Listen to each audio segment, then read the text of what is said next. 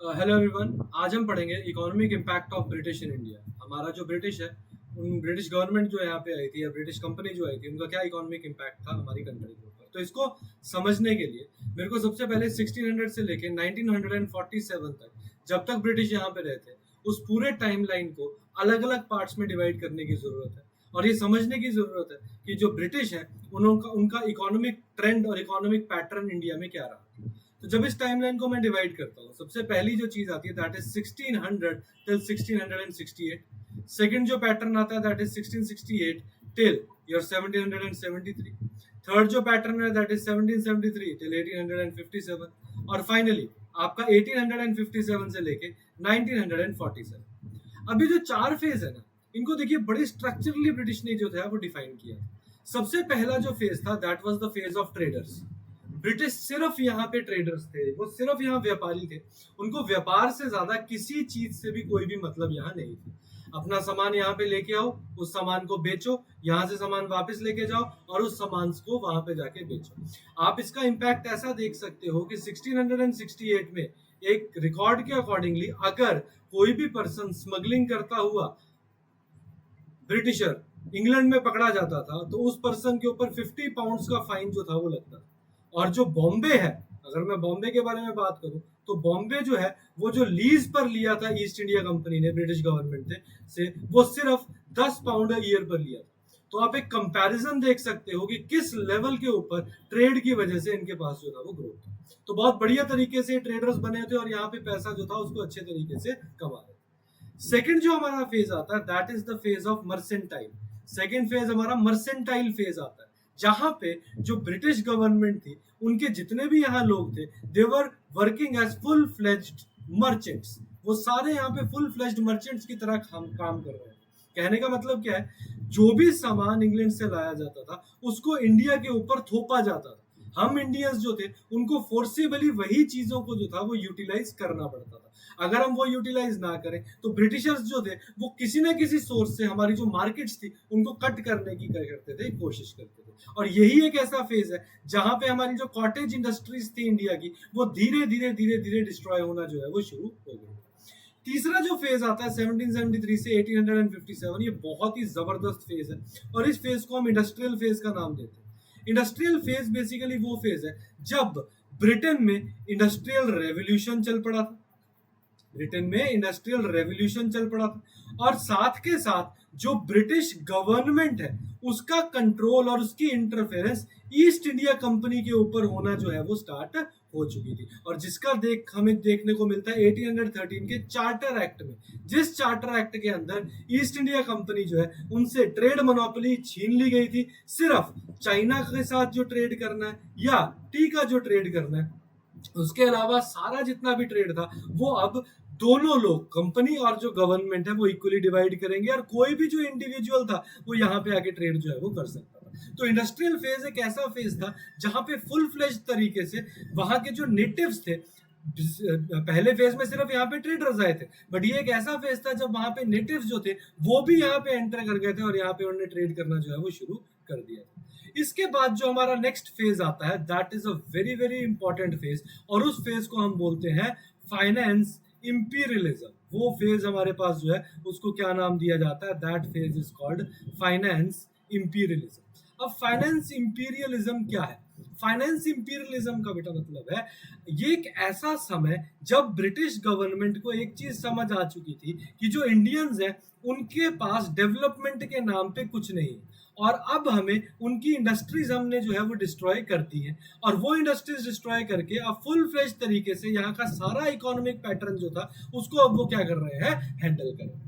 तो अभी कंसाइज में हम जो इकोनॉमिक पैटर्न है उसको चार पार्ट्स में जो है वो डिवाइड करते हैं। पहला पैटर्न सिर्फ ट्रेडर्स का था, second was the policy of merchants, third policy थी इंडस्ट्रियल फेज जब ब्रिटिशर्स का सामान यहाँ पे धड़ल्ले से आना शुरू हो गया था और हमारे यहाँ के लोग जो थे यहाँ पे डी इंडस्ट्रियलाइजेशन होना जो है वो शुरू हो गया था, और चौथा फेज जब यहाँ की इंडस्ट्रीज डिस्ट्रॉय कर दी थी उसके बाद सारा यहाँ का जो फाइनेंस था वो ब्रिटिशर्स के हाथ में जो है वो चला गया। अब एक एक करके चारों फेजेस को हम ध्यान से जो है वो यहाँ पे समझें। सबसे पहला फेज जो मैंने आपको 1600 से लेकर 1668 तक बताया। अब देखो, जो ब्रिटिश ईस्ट इंडिया कंपनी थी वो बेसिकली यहाँ पे ईस्ट इंडिया कंपनी के नाम से ट्रेड करने जो है वो आई थी।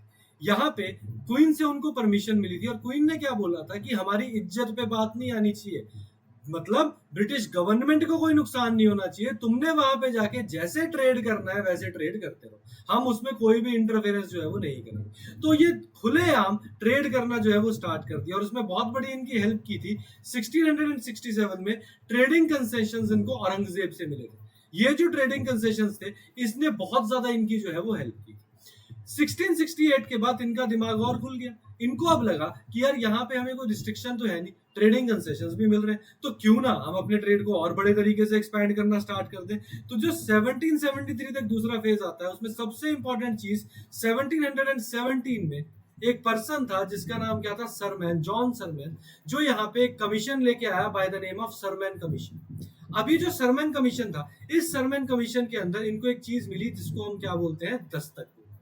इस दस्तक के अंदर, जिसको फ्री ट्रेड एग्रीमेंट बोला जाता है, इस दस्तक के अंदर इनको ना ही कोई इंपोर्ट ड्यूटी देनी, ना ही कोई एक्सपोर्ट ड्यूटी देनी, ना ही कोई यहाँ पे इंटरनल टैक्स देने, मतलब इनका जो ट्रेड था वो कंप्लीटली टैक्स फ्री हो गया था। कोई भी अड़चन नहीं थी, कोई भी प्रॉब्लम नहीं थी, मर्जी से यहाँ पे ट्रेड जो है वो कर सकते थे, कोई पर्सन इनको जो है वो रोकेगा नहीं।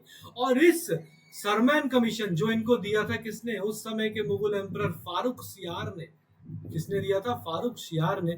उसकी वजह से इनका ट्रेड में हाथ जो है वो बहुत ज्यादा खुल गया और इन्होंने ट्रेड को बहुत बढ़िया तरीके से यहाँ पे एक्सपैंड करके चलाना जो है वो स्टार्ट कर दिया। और समय बीतता गया, 1773 के तक ये प्रॉपरली यहाँ पे ट्रेड करते रहे। 1773 में यहाँ पे एक एक्ट आया जिसको हम रेगुलेटिंग एक्ट का नाम देते हैं। अब इस रेगुलेटिंग एक्ट के अंदर हमारे बहुत से प्रोविजंस चेंज हुए और जो ब्रिटिश गवर्नमेंट थी उसने पार्शियल इंटरफेरेंस यहाँ पे करना स्टार्ट कर दिया था तो यहाँ पे ईस्ट इंडिया कंपनी का ही कंट्रोल, बट फिर भी पार्शियली कुछ कुछ तरीके से उन्होंने यहाँ पे कंट्रोल करना जो था वो स्टार्ट कर दिया। अब इसके बाद अलग अलग तरीके के एक्ट आते रहे। 1773 के बाद 1793 में चार्टर एक्ट्स के बारे में बात की गई और जिसके अंदर 1813 में पहला चार्टर एक्ट आया। अब ये जो चार्टर एक्ट है, it is very very important act है। इसके साथ हम बहुत सी चीजें यहाँ पे जो है वो समझ पाएंगे। अब इस एक्ट को समझने के लिए हमें दो तीन चीजें जो है वो समझनी। सबसे पहली चीज तो आपने यहाँ पे याद रखनी है और वो चीज क्या है कि जो ब्रिटिश है 1800s के बाद ब्रिटेन के अंदर एक रेवोल्यूशन आया जिसको हम इंडस्ट्रियल रेवोल्यूशन का क्या देते हैं नाम। इंडस्ट्रियल रेवोल्यूशन आने के बाद बेसिकली क्या हुआ, जो ब्रिटिश थे ना उन्होंने बहुत ही एक्सेस में प्रोडक्शन करना जो है वो स्टार्ट कर दिया। टेक्सटाइल का प्रोडक्शन हो, आपके पास गारमेंट्स का प्रोडक्शन हो, आपके पास सिरामिक्स का प्रोडक्शन हो, आपके पास किसी भी चीज का प्रोडक्शन हो, वो बहुत ज्यादा एक्सेस में होना स्टार्ट हो गया। और हमारे इंडिया में उस समय क्या सिस्टम चलता था, इंडिया में उस समय पे सिस्टम चलता था, that was the system of cottage industries. Cottage industries का बेसिकली मतलब है एक कोई भी एक छोटा सा विलेज होगा, उस विलेज के अंदर हर तरह के लोग होंगे। वहां पे आपके पास फार्मर्स भी होंगे, वहां पे आपके पास कॉबलर्स भी होंगे, वहां पे आपके पास ब्लैक स्मिथ भी होंगे, वहां पे आपके पास गोल्ड स्मिथ भी होंगे और सारे लोग एक दूसरे की हेल्प करते हुए वहां पे काम जो है वो करें। अब अगर वहां पे कोई कॉटेज इंडस्ट्रीज में प्रोडक्शन करता था, फॉर एग्जांपल किसी ने साड़ी बनाई, तो वो साड़ी बनाने के लिए सपोज करो 20 रुपए उस समय के हिसाब से चार्ज करता था फॉर एग्जांपल, और उसको बनाने के लिए वो 15 डेज का समय लगाता। ब्रिटिश गवर्नमेंट ने इंडस्ट्रियल रेवोल्यूशन के बाद क्या किया, उन्होंने वही साड़ी जो है उसको 10 रुपए में बेचना शुरू कर दी और बोला कि 15 दिन की जरूरत नहीं है, 15 दिन के अंदर हम कम से कम 500 पीस जो है वो क्या कर देंगे, प्रोड्यूस कर देंगे। अब डेफिनेटली अमाउंट भी कम हो गया, प्रोडक्शन भी यहाँ पे ज्यादा हो गया, तो जो लोग थे they started shifting towards the saris that were produced by the British government. और उन्होंने इंडिया का जो जितना भी विलेज के अंदर ग्रोथ था या यहाँ की जितनी भी कॉटेज इंडस्ट्रीज थी उनको धीरे धीरे धीरे धीरे छोड़ना जो है वो शुरू कर दिया। जब ये कॉटेज इंडस्ट्रीज धीरे धीरे धीरे धीरे डिस्ट्रॉय होना स्टार्ट की, तो ब्रिटिश ने क्या चालाकी की, यही 10 रुपए से वैल्यू सीधी कितनी कर दी, 50 रुपए कर दी। क्योंकि अब हमारी तो वो चीज खरीदना नेसेसिटी है, अगर ये ऑप्शन बचा नहीं, इस ऑप्शन को हम खरीद रहे हैं, तो ये जितनी मर्जी से जैसे मर्जी करके अपने प्राइस को ऊपर या नीचे जो है वो कर सकता था। And this led to a very important thing, very very important thing बेटा, जिसको हम नाम देते हैं डी इंडस्ट्रियलाइजेशन का, जिसको हम नाम देते हैं the concept of de industrialisation. बहुत ही इंपॉर्टेंट कंसेप्ट है। अब इस डी इंडस्ट्रियलाइजेशन से हुआ क्या, इसके आउटकम क्या थे? इस डी इंडस्ट्रियलाइजेशन से हमारी कॉटन इंडस्ट्रीज डिस्ट्रॉय हो गई, और जितने भी जो लोग कॉटन इंडस्ट्रीज से डिस्ट्रॉय होके खत्म हुए ना, they shifted towards what, they shifted towards commercial agriculture. अब ये कमर्शियल एग्रीकल्चर क्या भला है? कमर्शियल एग्रीकल्चर बेसिकली बेटा क्या था? अब इंडस्ट्रियल रेवोल्यूशन चल रहा है, ब्रिटिशर्स को क्या चाहिए? ब्रिटिशर्स को रॉ मटेरियल चाहिए। रॉ मटेरियल प्रोड्यूस करने के लिए सबसे सस्ती लेबर कहाँ मिलेगी? इंडिया में मिलेगी। चाहे इंडिगो की प्लांटेशन हो, चाहे आपके पास नील की, चाहे इंडिगो की प्लांटेशन हो, चाहे सिल्क की प्रोडक्शन हो, चाहे कॉटन की प्रोडक्शन हो, ये सारी प्रोडक्शन कहाँ से होगी? इंडिया से होगी। लेबर सस्ती कहाँ मिलेगी? इंडिया से मिलेगी। इन लोगों के नौकरी तो खत्म हो चुकी है, तो ये सारे लोग कमर्शियल एग्रीकल्चर की तरफ शिफ्ट होना जो है वो शुरू हो गया। और इनकी कमर्शियल एग्रीकल्चर की तरफ शिफ्ट होके इन्होंने ब्रिटिशर्स के रॉ मटेरियल पे काम करना स्टार्ट कर दिया। अब कंडीशन सिचुएशन समझो, 50 रुपए में वो चीज बेच रहे हैं, रॉ मटेरियल इंडिया से कौड़ियों के भाव लेके जा रहे हैं, प्रोडक्शन कर रहे हैं, टैक्स वो ब्रिटिश इंडिया में यहाँ पे दे नहीं रहे, तो सारा का सारा पैसा बेटा प्रॉफिट है। अगर सपोज करो वो 10 रुपए में कोई चीज खरीद रहे थे, तो उसमें भी अगर बेनिफिट ले रहे थे, तो जो 50 रुपए की चीज है तो उसमें 40 रुपया तो सीधा ही बेनिफिट है, और पिछले वाला 5 रुपए का भी बेनिफिट, तो 45 रुपीज का बेनिफिट 50 रुपए के प्रोडक्ट में जो है वो डायरेक्टली हमसे ले रहे थे। And it was mandatory for all the Indians to buy all these products from British only, क्योंकि हमारे पास और कोई ऑप्शन बचा नहीं। तो ये जो डी इंडस्ट्रियलाइजेशन है, ये हमारे लिए एक बहुत बहुत ही बड़ा जो है वो धक्का रहा था। तो ये जो फेज है 1773 से लेके 1857 का, जहां पे चार्टर एक्ट आया, जिसकी वजह से ट्रेड मोनोपोली खत्म हुई और हर कोई पर्सन यहाँ पे आके ट्रेड करना शुरू हुआ। साथ ही इंडस्ट्रियल रेवोल्यूशन आया, हर कोई पर्सन यहाँ पे अगर ट्रेड करने की कोशिश कर रहा है तो वो पैसा भी कमा रहा है। और इस इंडस्ट्रियल रेवोल्यूशन की वजह से हमारी इंडियंस की क्या हो गई? डी इंडस्ट्रियलाइजेशन हो गई। और बढ़ावा किसको देना शुरू कर दिया इन्होंने? कमर्शियल एग्रीकल्चर को। तो ओवरऑल जो ग्रोथ है हर जगह वो किसकी हो रही है? ब्रिटिश की हो रही है। और जो इंडियंस है वो कंप्लीटली इस केस में डिस्ट्रॉय होना और खत्म होना जो है वो शुरू हो गए थे। तो ये बहुत ही इंपॉर्टेंट कंसेप्ट है जब हम इकोनॉमिक पॉलिसी ब्रिटिशर्स की पढ़ते हैं, जिसको हम डी इंडस्ट्रियलाइजेशन का यहाँ पे नाम जो है वो देते हैं। अब डी इंडस्ट्रियलाइजेशन हो गया, कमर्शियल एग्रीकल्चर जो है वो खत्म हो गया। बट ब्रिटिशर्स को ये भी पता था कि हमने कमर्शियल एग्रीकल्चर में तो लोग शिफ्ट कर दिए, बट जो बाय प्रोफेशन पहले से ही फार्मर्स हैं उनको भी क्यों छोड़ा जाए? उनसे भी तो पैसा निकालना है ना। तो उनसे पैसा कैसे निकाला जाएगा? उनसे पैसा निकालने का तरीका क्या था? They started implementing after 1773। देखो 1773 में बेसिकली क्या हुआ? रेगुलेटिंग एक्ट आया। रेगुलेटिंग एक्ट के अंदर गवर्नर जनरल ऑफ बंगाल आ गए, हमारे वॉरेन हेस्टिंग्स जी इंडिया में पहुंच गए। अब वॉरेन हेस्टिंग्स जब इंडिया में पहुंचे तो उन्होंने बोला कि यार सरकार तो बन गई, अब सरकार जो है वो सबसे ज्यादा पैसा किससे लेती है? सरकार को पैसा, सरकार अगर मोदी जी बोल रहे हैं कि हमने बिजली दे दी, रोड बना दिए, सब कुछ बना दिया, तो पैसा कहाँ से आया? पैसा आया जी लोगों के टैक्स से आया। तो इन्होंने बोला कि वैसा ही टैक्स हमें भारत देश से भी लेना ही पड़ेगा। बेचारे बहुत दुखी हो गए थे ना, बेचारों को इतना सामान भी बेच रहे थे, उसमें भी टैक्स देना पड़ रहा था, हर जगह दिक्कत थी। तो उन्होंने बोला अब देश चलाने के लिए एक अलग टैक्स लिया जाएगा। किससे लिया जाएगा भाई? उन कॉमन फार्मर से लिया जाएगा। तो 1773 के बाद इन्होंने अलग अलग रेवेन्यू सिस्टम्स इंट्रोड्यूस करने स्टार्ट किए। सबसे पहले कॉन्टिनियल सिस्टम लाया गया, बट वो फेल हो गया, कॉन्टिनियल सिस्टम सक्सेसफुल नहीं हो पाया। फिर इन्होंने रिस्पॉन्सिबिलिटी दी उस समय किसको? कॉर्नवालिस को। और कॉर्नवालिस के बाद रिस्पॉन्सिबिलिटी दी किसको? जॉर्ज को। बोला तुम दोनों एक काम करो, एक कोई रेवेन्यू सिस्टम ऐसा इंट्रोड्यूस करो कि जिससे हमारे ना रेगुलर पैसा आता रहे। भाई हमको पैसा चाहिए भाई, क्यों? टैक्स देना पड़ेगा ना, टैक्सेशन होगी तभी हम लोगों की तरक्की करा पाएंगे, वैसे कैसे करा पाएंगे? तो अब हमने गवर्नमेंट ऐसे ही तो चलाएंगे। तो इन्होंने बोला, जॉन शोरर कॉर्नवालिस को बोला कि कोई सिस्टम इंट्रोड्यूस करो। जॉन शोरर कॉर्नवालिस ने एक सिस्टम डिजाइन किया and that system was named as, उस सिस्टम को इन्होंने नेम दिया जमींदारी सिस्टम। उस सिस्टम को इन्होंने क्या नेम दिया? जमींदारी सिस्टम। ऑल्दो इसका एक और नाम रखा गया परमानेंट सेटलमेंट सिस्टम। 1790 में इसको ट्रायल बेसिस पे लाया गया और बोला अगर 10 साल ट्राई करते हैं, अगर बहुत बढ़िया बेनिफिट आ गया तो इसको लॉन्ग टर्म में ले जाएंगे। बट इनको बेनिफिट, इनको 7 गुना बेनिफिट आना शुरू हो गया, तो इन्होंने 1793 में इसको परमानेंट कर दिया।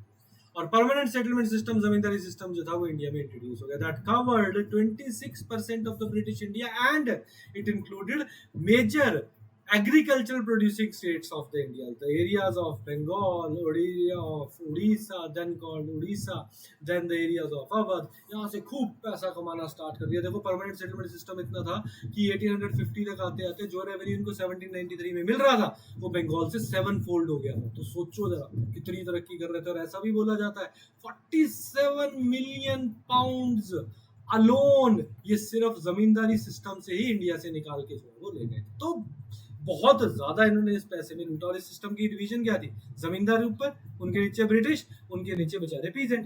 अब पीजेंट ने सपोज करो 100 रुपए कमाया, उस 100 रुपए का 50 रुपए रख दिए, दे दिया पीजेंट को, 50 रुपए रखा किसने अपने पास, सॉरी ऊपर ब्रिटिश नीचे जमींदार, ऊपर ब्रिटिश नीचे जमींदार।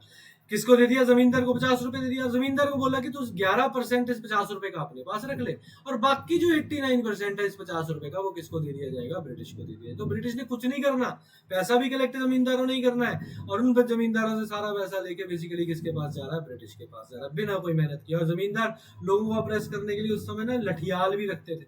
लठियाल्स थे, लठियाल मतलब लठ लेके घूमते थे लोग, और जो लोग नहीं रेवेन्यू दे पाते थे उनको मारते थे। और इसमें सबसे ज्यादा बेनिफिट पता है किसका हुआ, बीच की कम्युनिटी का। हमेशा ब्रोकर दलालों का सबसे ज्यादा बेनिफिट होता है। और वो कम्युनिटी कौन सी थी, that community was the community of munsifs, जिनको मुंशी बोला जाता था, या महाजन, जो रेंट पे पैसा देते थे। अब सपोज करो 50 रुपया, अब इन्होंने 100 रुपए से 50-50 डिवाइड करेंगे। अब सपोज करो अगले साल प्रोडक्शन ही 70 की हुई, तो अपने पास तो बेचारे कुछ पैसे रखेंगे, अंग्रेज और जमींदार को भी तो देने पड़ेंगे, अगले साल की फसल भी तो उगानी पड़ेगी। 30 रुपए का तो ऑलरेडी नुकसान चल रहा है, वो 30 रुपए भरा किससे जाएगा, मुंशी और महाजन से। वो मुंशी और महाजन की इनकी जिंदगी भर उनके रेंट ही नहीं खत्म होते थे, तो यार सॉरी इंटरेस्ट ही नहीं खत्म होते थे। तो इन्होंने इस सिस्टम से हमारा बेड़ागर्क जो था वो कर दिया। इनकी तसल्ली फिर नहीं हुई, इन्होंने बोला यार ये तो इतना ही एरिया कवर हो रहा है, हमें कुछ और एरिया भी भाई कवर करना है। उन्होंने बोला और एरिया कवर करना है, ठीक है जी, हमारे लिए कोई और सिस्टम लेके आ जाते हैं। तो अब ये नया सिस्टम जो है इंट्रोड्यूस कर दिया, that was called ryotwari system. Ryotwari system को लाने वाले पर्सन जो थे ही वाज मुंड्रो। बट इस सिस्टम के अंदर प्रॉपरली जो लैंड थी उसकी प्रॉपर्टीज, केमिकल प्रॉपर्टीज को चेक किया गया, उसके बेसिस पे लैंड के ऊपर प्रोडक्शन स्टार्ट किया। एंड 55% ऑफ ब्रिटिश इंडिया में प्रोडक्शन जो है वो शुरू हुआ। जितने भी आपके साउथ इंडिया के रीजन थे, सेंट्रल इंडिया के रीजन थे, डेक्कन था, जहाँ पे इतनी प्रोडक्शन नहीं होती थी, वहां पे सिस्टम, मद्रास वगैरह में वहां पे सिस्टम इंट्रोड्यूस कर दिया गया। मुंड्रो ने इसको इंट्रोड्यूस किया, और इसमें था क्या कि सबसे ऊपर ब्रिटिश आते थे, नीचे कौन आते थे, रायत आते थे। 50-50 की प्रोडक्शन है, 50 रुपए ब्रिटिश को, 50 रुपए रायत को। तो इसको रायतवारी सिस्टम इसी कारण से बोला जाता है, क्योंकि रायत मतलब पीजेंट्स। तो डायरेक्टली पैसा जो था वो इनके पास चला जाता था। 1820 के आसपास ये सिस्टम जो था वो इंट्रोड्यूस हुआ। तीसरा जो सिस्टम इंट्रोड्यूस हुआ that was called Mahalwari system. बेटा महलवारी सिस्टम, जिसको भाईचारा सिस्टम भी बोला जाता है। महलवारी सिस्टम और भाईचारा सिस्टम 1830s में इंट्रोड्यूस हुआ by the person known as Holt Mackenzie. Holt Mackenzie ने इंट्रोड्यूस किया। अब इसमें क्या था, ये उन दूर दराज के इलाकों में था जहां पे हर कोई ब्रिटिशर जो है वो टैक्स लेने नहीं पहुंच सकता था। तो बोला गांव का एक प्रधान होगा, उस प्रधान के पास सारे लोग अपना टैक्स जमा कराएंगे, सारा अनाज रेवेन्यू जमा कराएंगे, और वो रेवेन्यू ब्रिटिश एक दिन आएगा और जो है वो लेके चला जाएगा। अगर आपको लगान मूवी देखी है तो लगान मूवी का अगर पहला सीन आपको याद है तो उसमें अंग्रेज आता है घोड़े पे बैठ के बोलता है लगान देंगे, 3 गुना 4 गुना लगान लेंगे। तो वो बेसिकली महलवारी सिस्टम के ही बारे में बात करता था। इसको भाईचारा क्यों बोलते थे। सपोज करो किसी के पास पैसा नहीं है, अगर किसी के पास पैसा नहीं है तो वो जो पैसा है वो बेसिकली 10 लोग हैं उसमें से 9 दे सकते हैं, एक नहीं दे सकता, तो 10 लोगों से एक बंदे के पैसे भी जो है वो बन जाएंगे। That is why it was called भाईचारा सिस्टम या महलवारी सिस्टम, इसको जो है वो बोलता था। अब ये तो सिस्टम से जिनसे इन्होंने पैसा जो है वो निकालना स्टार्ट कर दिया। अब जो ब्रिटिश थे ना, ब्रिटिशर्स यहाँ पे नहीं रुके, इसके साथ अब हुआ क्या, हम एक पर्सन का नाम लेते हैं, आपने नाम सुना होगा, दैट इज दादा भाई नौरोजी। अब जो ब्रिटिश यहाँ पे चीज कर रहे थे ना, आपको मैं एक और चीज बताता हूँ, एक और इकोनॉमिक ड्रेन की कहानी बताता हूँ। 1700 एंड आपका 85 के आसपास यहाँ पे एक पर्सन आया जिसका नाम क्या था, कॉर्नवालिस। कॉर्नवालिस ने बोला कि उसकी एक लाइन थी, all natives of Hindustan are corrupt. इस बंदे की एक लाइन थी, इसको बोला कि यार तू ना सिविल सर्विसेज के लिए वहां से बंदे लेके आ रहा है इंग्लैंड से, तो तू ऐसा कर इंडिया के लोगों को रख ले काम पे। कहता नहीं भाई, all Hindus are corrupt, Hindustan all Hindustanis are corrupt. उसने बोला कि इनको अगर मैं 10 साल भी काम करूंगा तो 11वें साल में इनको धोखा दे सकते हैं। इससे अच्छा इसने सैलरीज कर दी सिविल सर्वेंट्स की उस समय 1500 रुपया, बहुत पैसा होता था यार। उतना पैसा कर दिया और बोला तुम आओ और ये पैसा जो है वो तुम्हें इंडिया के एक्सचेकर से दिया जाएगा। तो बेसिकली क्या चक्कर है, हम पैसा कमा रहे हैं, वो पैसा इनके खजाने में जा रहा है, इस खजाने से ये पर्सन को अपॉइंट कर रहे हैं, कहाँ से, इंग्लैंड से, वो इंडिया में आ रहा है। अब काम इंडियंस के लिए कर रहा है बेचारा इंडिया का बंदा, तो पैसे यहाँ के एक्सचेकर से दिया जा रहा है, जो यहाँ से रेवेन्यू से जनरेट हो रहा है। It was called invisible form of drain, इसको इनविजिबल फॉर्म ऑफ ड्रेन बोला जाता था। और विजिबल फॉर्म क्या था, जैसे ब्राइबरी की फॉर्म में ड्रेन हो रहा है, से योर करप्शन की फॉर्म में जो ड्रेन हो रहा है वो पैसा। अब इन सारे चीजों के बारे में बात की दादा भाई नारोजी ने 1896 के बाद अपनी एक जनरल, जिसको हम बोलते हैं poverty and un British rule in India. और इसके बाद इंडियंस को समझ आना स्टार्ट हुआ कि भाई अंग्रेज किस करप्शन के लेवल से यहाँ से सामान जो है वो लेके जा रहे हैं। तब हम थोड़े से हमने चीजें रियलाइज की और अपनी इकोनॉमिक कंडीशन को इम्प्रूव करना जो है वो शुरू किया। बट प्रॉब्लम क्या थी, हमारी किस्मत ही खराब थी। हमने इंडस्ट्रीज बनाई 1900s के बाद, यहाँ के लोकल लोग, जैसे टाटा के बारे में हम बात करते हैं, जमशेदजी टाटा हो गया, टिस्को आपके पास प्लांट बना, इन लोगों ने काम करना स्टार्ट किया, but their growth was very slow, क्योंकि जो ब्रिटिशर्स थे वो कुछ होने नहीं देते थे, ग्रोथ बहुत स्लो थी और इतनी ज्यादा कोई तरक्की नहीं हो पाई। तो इंडिपेंडेंस तक आते आते, जब तक हमको अंग्रेज यहाँ नहीं छोड़ के गए, हमारे 5 ईयर प्लान और कमीशन जो है वो यहाँ नहीं है, तब तक हमारे देश में इकोनॉमिक ग्रोथ जो है वो नहीं हुई। तो जो भारत देश एक समय सोने की चिड़िया बोली जाती थी और 25% 25% दुनिया के एक्सपोर्ट्स और इंपोर्ट्स में हमारा लेना देना होता था मुगल्स के समय में, वो भारत देश महज 0.4% के ऊपर पहुंच गया था 1947। तो इकोनॉमिकली ब्रिटिशर्स ने सारे तरीके यूटिलाइज करके हमें कंप्लीटली जो है वो ड्रेन कर दिया। आई होप आपको ये चीज जो है वो समझ आई होगी।